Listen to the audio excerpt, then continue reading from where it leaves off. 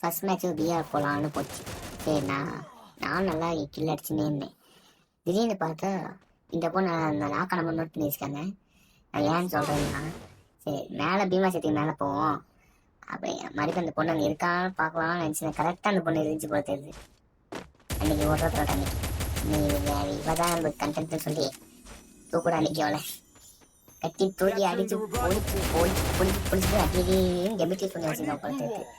நானும் பிஸ்லி பிக்ஸ் அவசியம் ரிவ்யூ பண்ணிட்டு முடிச்சுட்டு அப்புறம் மறுபடியும் அவன் டீம்ல கூட்டு வரான். நான் நாக்கு அடிச்சிட்டேன். பின்னாடி எனக்கு என்ன நாக்கு அடிச்சிட்டான்.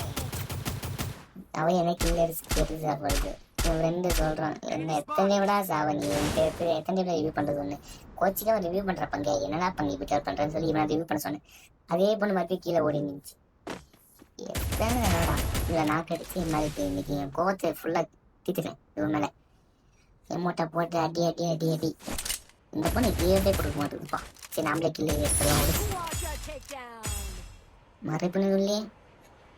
மறுபடியும் வரும் பாருங்க. என் ஃப்ரெண்டை நாக்கு அடிச்சு கீழே எடுத்துச்சு. சரி இன்னைக்கு வர்றதோட அவன் டீமே இன்னைக்கு காலி பண்ணுறான் எட்லீஸ்ட் போட்டுன்னு சொல்லி ஃபஸ்ட்டு இவரை நாக்கடிப்போம்னு சொல்லி நாக்கடிச்சேன். நானும் அடிக்கிறேன் ஒரு புல்லட் கூட பண்ணல.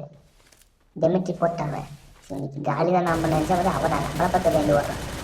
நானே ஒரு முட்டை ஆஃபீஸு என்னை பார்த்து பயந்து விட்டு சொல்லி நானும் அடிக்கிறேன் தப்பிச்சிட்டே இருக்கு. என்னடா இது இவ்வளோ வேகமாக போகிறான்னு சொல்லி அடிச்சு பார்த்தா டீம் வைப் முடிஞ்சு